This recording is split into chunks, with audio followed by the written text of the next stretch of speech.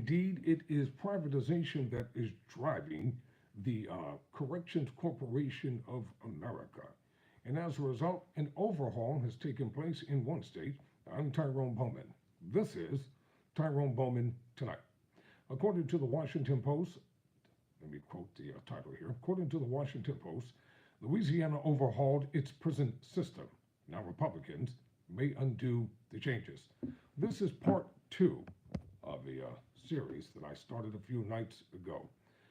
So let's get down to the essence of this story on tonight, and I'm going to briefly recap a couple of things rather, and then I'm going to bring you up to speed on where I want you to be with this story on tonight. Always remember something, ladies and gentlemen. A lot of individuals can sit back and they can think that everyone that's incarcerated is a criminal. That is not the truth. There are a lot of people who have been falsely accused of a lot of different crimes, and their constitutional rights have been violated. They've had shady lawyers, corrupt judges, and corrupt cops, and sometimes even corrupt defense attorneys who forced them into plea deals that they should have never taken. Then you have a lot of juveniles who have gotten caught up in this system, and they do what most young people have done, committed juvenile offenses. And for some unknown reason, they were tried as adults. Now, there are times, grant you, when the crime is so heinous and the crime is so severe that one must be tried as an adult.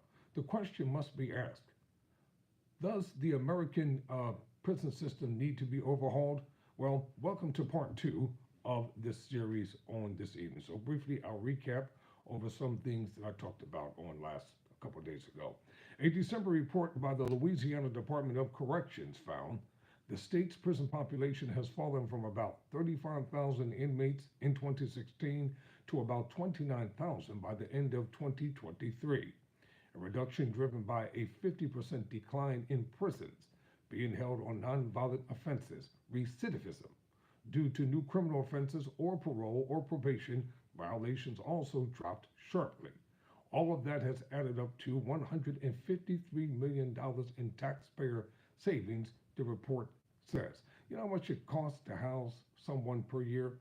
It costs almost $60,000 just to house, maintain, and keep one person behind bars. Now, as I said a couple seconds ago, some people have committed some terrible crimes, and rightfully, judiciously, they are where they belong. But what about those who are languishing in prisons, who don't belong there? And society, in their quest to maintain law and order, they will rush to judgment, lock people up, knowing that it's wrong. While the state's prison population remains high, Mississippi now leads the nation in incarceration rates. According to the Bureau for Justice Statistics, as of December 2022, Mississippi had 661 inmates per 100,000 state residents. Louisiana ranked second with 596 inmates per 100,000 state residents. But it has been difficult for advocates to maintain public support for the reforms, as violent crime swelled during the pandemic and residents became startled by brutal carjacking and other crimes carried out by juveniles. In one especially gruesome incident in 2022, a 73-year-old woman in New Orleans was dragged to her death after her arm got caught in the seatbelt while being carjacked.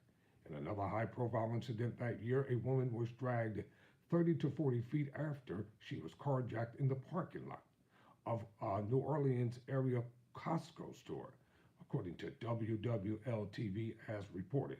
Even New Orleans top prosecutors were unable to avoid becoming a victim of crime in October. City District Attorney Jason Williams and his 78-year-old mother were carjacked in the city. 4 teenagers, one 18-year-old, 2 17-year-olds, and a 16-year-old were arrested and charged as adults. They are awaiting a trial. Statewide FBI statistics show violent crime was higher in 2022 than it was in 2016, a year before the reforms were implemented.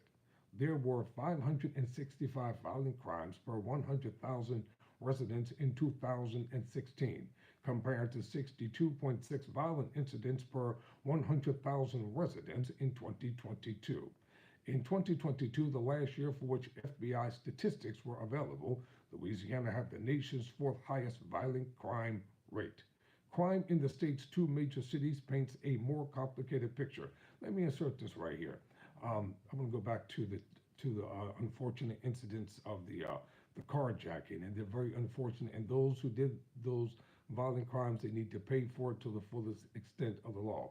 I'm a criminal justice major. I'm getting ready to go into my second year of studying law, and one reason why I decided to become a lawyer is because of what I call disparities when it comes to a lot of people when it comes to the judicial system. My primary focus rather, once I graduate from law school, it's simple. It is to be a victim's prisoners' rights advocate.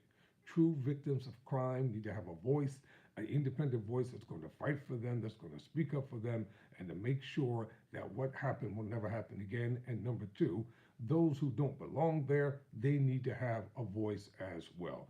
What I'm going to do, I'm going to make a separate video at some point in time, probably during the summer, during spring break, and I'll bring you along on my journey, and I'll tell you why I decided to become a lawyer. According to FBI statistics, there were fewer violent crimes in New Orleans in 2023 than 2016, but more homicides.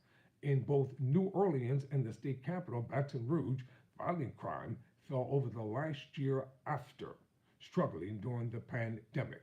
I think the suggestion that violent crime is surging in Louisiana runs into the reality of data, which suggests the opposite is happening, said Jeff Asher, a crime analyst consultant at New Orleans-based Datalytics. For most of the past 2 years, the state has seen a decline. Will Snowden, a law professor of Loyola University New Orleans, said criminal justice reforms are also threatened nationwide because more and more crime is being captured on video and streamed on television and through social media. It allows the individual person to see themselves in the person being victimized, Snowden said. Too often, there is an expectation that crime is something that can be cured with a light switch, and we just know that is not the case. Landry, the former attorney general, who beat his Democratic opponent by a margin of 2-1 in the governor's race last year, has been a vocal opponent of criminal justice reform and has reiterated since taking office that fighting crime will be a top priority. On Monday, the governor urged lawmakers to swiftly make changes, saying the criminal justice reforms had failed to keep Louisiana residents safe. He called for mandating that 17-year-olds be tried as adults when charged with a felony and expediting the use of the state's death penalty statute. These juveniles are not innocent children, Landry said. They are hardened criminals. They violently attack our citizens, our law enforcement officers, and juvenile correction officers without hesitation. A special committee chaired by Landry issued a report in December that zeroed in on what it described as a juvenile crime crisis, finding that the number of violent offenses committed by juveniles has risen 56% since the last reforms took place.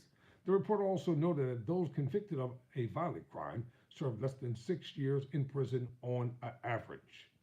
And it concluded there is a 55% recidivism rate for those with 3 prior felony convictions. Advocates have disputed the task force findings, raising doubts about the methodology used to calculate the various conclusions. A January report prepared by Landry's transition team outlined possible legislative actions. It proposed recalculating good time credits that enable inmates to be released early from prison, revamping the parole system, expanding drug courts, and adjusting the age at which one can be charged as an adult.